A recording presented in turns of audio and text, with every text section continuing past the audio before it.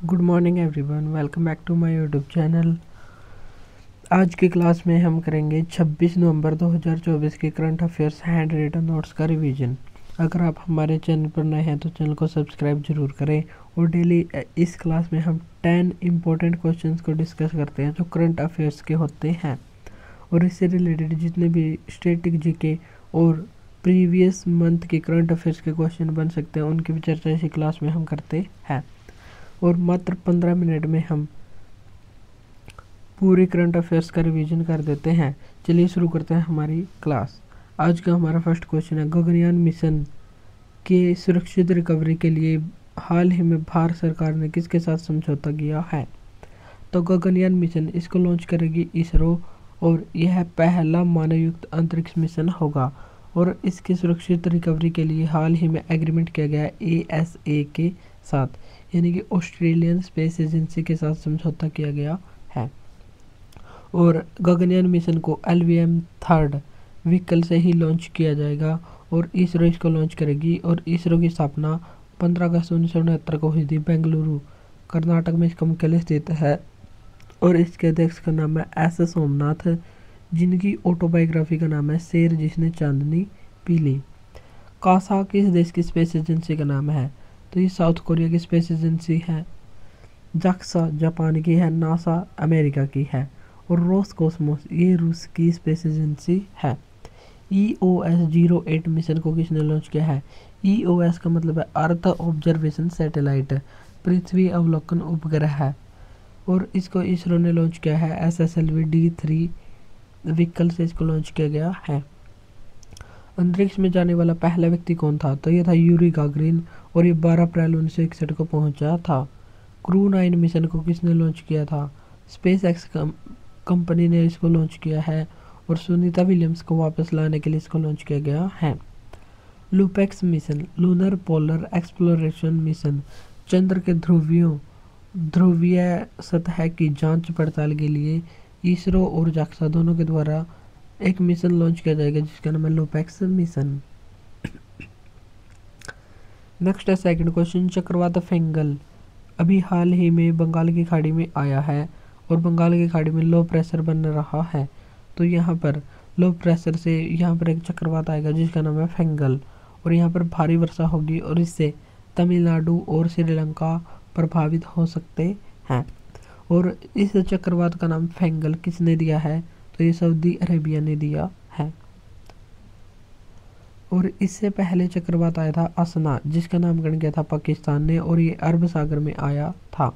और नेक्स्ट चक्रवात आएगा जिसका नाम होगा शक्ति, और इसका नामकरण श्रीलंका ने किया है। और जो ये चक्रवात है इनका नामकरण कौन कौन से देश करते हैं? तो इंडियन ओशन के आसपास के 13 देश ये नाम देते हैं, और 13 देशों ने 13 नाम दिए हैं, यानी कि एक देश ने 13 नाम दिए हैं, और ये 2022 में ही दे दिए थे, यानी कि टोटल 169 नाम पहले से ही लिखे हुए हैं। तो 13 देशों ने 13 नाम दिए हैं, तो टोटल 169 नाम हैं। और अगला आएगा जिसका नाम होगा शक्ति, और इसका नामकरण किसने किया है? श्रीलंका ने इसका नामकरण किया है। और फेंगल का नामकरण अभी हाल ही में आया फेंगल, जिसका नामकरण किया है सऊदी अरेबिया ने। दाना चक्रवात इसका नामकरण किसने किया था? कतर देश ने किया था। विली विलेज ऑस्ट्रेलिया में घास के मैदानों को विली विलेज कहते हैं। ऑपरेशन सद्भाव टाइफून यागी से प्रभावित क्षेत्रों के लिए भारत सरकार के द्वारा चलाया गया ऑपरेशन सद्भाव। रेमल चक्रवात इसका नामकरण किया है ओमान देश ने। नेक्स्ट है थर्ड क्वेश्चन, हाल ही में Martin Luther king junior global peace award for minority upliftment award किसको दिया गया है? तो ये अवार्ड प्रधानमंत्री मोदी को दिया गया है, और अमेरिका के मैरीलैंड में इसको प्रदान किया गया है। तो यह अवार्ड देने वाला देश हो गया अमेरिका, और दिया गया है भारत के प्रधानमंत्री मोदी को। प्रधानमंत्री मोदी इस अवार्ड को प्राप्त नहीं कर पाए क्योंकि ये G20 की समिट में ब्राज़ील गए हुए हैं, लेकिन इनको ही यह अवार्ड दिया जाएगा। और मार्टिन लूथर किंग जूनियर इनको अमेरिका का गांधी कहा जाता है। और अल्पसंख्यकों के उत्थान के लिए शांति स्थापित करने के लिए मोदी जी को ये अवार्ड दिया गया है। मार्टिन लूथर किंग जूनियर, इनको 1964 में शांति का नोबेल अवार्ड भी दिया गया है। और प्रधानमंत्री मोदी को अभी हाल ही में 4 प्रमुख देशों के सर्वोच्च सम्मान प्राप्त हुए हैं। वैसे तो टोटल 17 देशों का सर्वोच्च सम्मान मिल चुका है, लेकिन 4 अभी हाल ही में मिले हैं। जैसे रूस का सर्वोच्च सम्मान, इसकी घोषणा तो 2019 में ही हो गई थी, लेकिन 2024 में मिला है। और नाइजीरिया, डोमिनिक और गुयाना, इन देशों के सर्वोच्च सम्मान अभी हाल ही में प्रधानमंत्री मोदी को दिए गए हैं। श्री रविशंकर, इनको फिजी का हाईएस्ट अवार्ड अभी हाल ही में दिया गया है। अमेरिका के 47वें राष्ट्रपति कौन बने हैं? तो ये बने डोनाल्ड ट्रंप, और 20 जनवरी को ये शपथ लेंगे, क्योंकि वहाँ पर 20 जनवरी को ही शपथ लेते हैं। और डोनाल्ड ट्रंप रिपब्लिकन पार्टी से संबंधित हैं। इंडिया और अमेरिका के बीच अभ्यास कौन कौन से होते हैं? तो वज्र प्रहार, कोप इंडिया और तर्कस अभ्यास होते हैं। आईपीएल 2025 ये कब होगा? तो ये मार्च 2025 में होगा, और इसके ऑक्शन अभी हो गया है, और जिसमें बोली लगी थी, और इसमें सबसे महंगे खिलाड़ी बन गए ऋषभ पंत, जिनको 27 करोड़ रुपए में खरीदा गया है, और लखनऊ सुपर जॉइंट्स के द्वारा इसको खरीदा गया है। और आईपीएल इतिहास में यह सबसे बड़ी बोली है। और दूसरे स्थान पर है श्रेयस अय्यर, श्रेयस अय्यर, जिनको 26.75 करोड़, यानी कि ऋषभ पंत से मात्र 25 लाख कम में इनको खरीदा गया, और पंजाब किंग 11 के द्वारा इनको खरीदा गया है। तो आईपीएल इतिहास के सबसे महंगे खिलाड़ी बन गए हैं ऋषभ पंत, और दूसरे महंगे खिलाड़ी बन गए हैं Shreyas Iyer. T20 world cup 2024 male, इसका आयोजन कहाँ पर किया गया है? तो इसका आयोजन किया गया है अमेरिका में। इसका आयोजन अमेरिका और वेस्ट इंडीज में किया गया है, और इंडिया विजेता रहा, और साउथ अफ्रीका इसमें उप विजेता रहा। T20 वर्ल्ड कप 2024 फीमेल वाले का आयोजन कहाँ पर हुआ? यूएई में हुआ, और इसमें न्यूजीलैंड विजेता रहा, और साउथ अफ्रीका उप विजेता रहा। दूसरा महिला प्रीमियर लीग, इसमें कौन जीता? तो इसमें आरसीबी जीता, रॉयल चैलेंजर्स बेंगलोर, और मुंबई इंडियंस पहली बार में जीती थी, और दोनों ही बार उप विजेता दिल्ली कैपिटल्स रहा। आईसीसी हॉल ऑफ फेम में शामिल दूसरी भारतीय महिला कौन है? तो ये है नीतू डेविड, और पहली महिला है डायना एडुल्जी। नेक्स्ट है 5th क्वेश्चन, साउथ अफ्रीका के राष्ट्रपति का नाम क्या है? तो यहाँ के राष्ट्रपति हैं सिरिल रामाफोसा, और खाद्य जनित बीमारियों को हाल ही में यहाँ पर राष्ट्रीय आपदा घोषित कर दिया गया है। अभी हाल ही में यहाँ पर चूहे मारने के लिए कीटनाशक का यूज किया गया था, और जिसमें से एक कीटनाशक का नाम था टेरूबफोस कीटनाशक। इसको खाने से बच्चों की मृत्यु हो गई है, और खाद्य विषाक्तता या फूड पॉइजनिंग की वजह से मृत्यु हो गई है। तो खाद्य जनित बीमारियों को ही इन्होंने राष्ट्रीय आपदा घोषित कर दिया है। तो हाल ही में खाद्य जनित बीमारियों को राष्ट्रीय आपदा किसने घोषित किया है? साउथ अफ्रीका के राष्ट्रपति सिरिल रामाफोसा ने घोषित किया है। अब हम देख लेते कुछ important question. A long walk to freedom किसकी पुस्तक है? नेल्सन मंडेला की पुस्तक है, और इनका जन्म दिवस आता है 18 जुलाई को। संविधान संशोधन की प्रक्रिया कहाँ से ली गई है? साउथ अफ्रीका से, और इसका वर्णन संविधान के अनुच्छेद 368 और भाग 20 में मिलता है। लू को प्राकृतिक आपदा भी हाल ही में किसने घोषित किया है? मध्य प्रदेश ने। डेंगू को प्राकृतिक आपदा किसने घोषित किया? कर्नाटक राज्य ने घोषित किया है। नेक्स्ट है 6th क्वेश्चन, हाल ही में पब्लिक ट्रांसपोर्ट या सार्वजनिक परिवहन के लिए पहली बार ग्रीन हाइड्रोजन बसों का शुभारंभ कहाँ पर किया गया है? तो इसका शुभारंभ करने वाली कंपनी है NTPC, national thermal power corporation, और इनको लद्दाख यूटी में शुरू किया गया है। और यहाँ पर इनका उद्घाटन मनोहर लाल खट्टर ने किया है, जो MoHUA ministry of housing and urban affairs आवासीय और शहरी मामला मंत्री हैं। इनके द्वारा इसका शुभारंभ किया गया है, और 25 किलोग्राम हाइड्रोजन में 300 किलोमीटर की यात्रा कर पाएंगी, और हाइड्रोजन ईंधन की सप्लाई अमर राजा कंपनी के द्वारा की जाएगी। तो हाल ही में पब्लिक ट्रांसपोर्ट के लिए पहली बार ग्रीन हाइड्रोजन बसों का शुभारंभ किया गया है लद्दाख यूटी में। भारत का पहला केला निर्यात ट्रेन कहाँ पर शुरू हुई है? आंध्र प्रदेश के ताड़ीपत्री स्थान पर शुरू हुई है। भारत की पहली किसान स्पेशल ट्रेन ये महाराष्ट्र के देववाली से बिहार के दानापुर तक शुरू हुई थी। भारत का पहला एनालॉग मिशन कहाँ पर शुरू हुआ है? लेह लद्दाख में शुरू हुआ है। लद्दाख में वर्तमान में कितने ज़िले हैं? पहले होते थे 2, लेकिन अभी हाल में 5 नए ज़िले बना दिए गए हैं, तो टोटल है 7 ज़िले। भारत का सबसे बड़ा नेशनल पार्क का नाम है हेमिस नेशनल पार्क, जो लद्दाख में है। और भारत का पहला नेशनल पार्क जिसको 1936 में स्थापित किया गया था, उसका नाम था हेली नेशनल पार्क। बाद में उसका नाम कर दिया गया जिम कॉर्बेट नेशनल पार्क, जो टाइगर रिजर्व में शामिल पहला टाइगर रिजर्व भी था। और अभी हाल ही में वहाँ पर एक रामगंगा नदी बहती है, तो उस नदी के नाम पर इसका नाम कर दिया गया है रामगंगा नेशनल पार्क। और भारत का सबसे छोटा नेशनल पार्क इसका नाम है साउथ बटन नेशनल पार्क, जो अंडमान निकोबार में स्थित है। जम्मू कश्मीर यूटी में अभी हाल ही में चुनाव हुए थे, तो वहाँ के पहले मुख्यमंत्री कौन बन गए हैं? तो मुख्यमंत्री हैं Omar Abdullah. Next 7th question, हाल ही में 26 नवंबर जो आज ही की तारीख है 26 नवंबर, तो 26 नवंबर के दिन कौन कौन से दिवस मनाए जाते हैं? तो 26 नवंबर 1949 को भारत का संविधान बनकर तैयार हो गया था, तो इसलिए इसको संविधान दिवस के रूप में मनाते हैं। और इसी दिन जो वर्गीज कुरियन है, जिनको दुग्ध क्रांति का जनक या ऑपरेशन फ्लड का जनक माना जाता है, ऑपरेशन फ्लड 1970 में चलाया गया था वर्गीज कुरियन के द्वारा। तो इनका जन्म दिवस होता है 26 नवंबर को। तो इनके जन्म दिवस पर 26 नवंबर को राष्ट्रीय दुग्ध दिवस भी मनाया जाता है। और राष्ट्रीय दुग्ध दिवस पर ही राष्ट्रीय गोपाल रत्न पुरस्कार प्रदान किए जाते हैं, जो आज मानकेसा सेंटर दिल्ली में प्रदान किए जाएंगे। और प्रदान करने वाला है पशुपालन और डेयरी मंत्रालय, जिसके मंत्री हैं राजीव रंजन उर्फ लल्लन सिंह।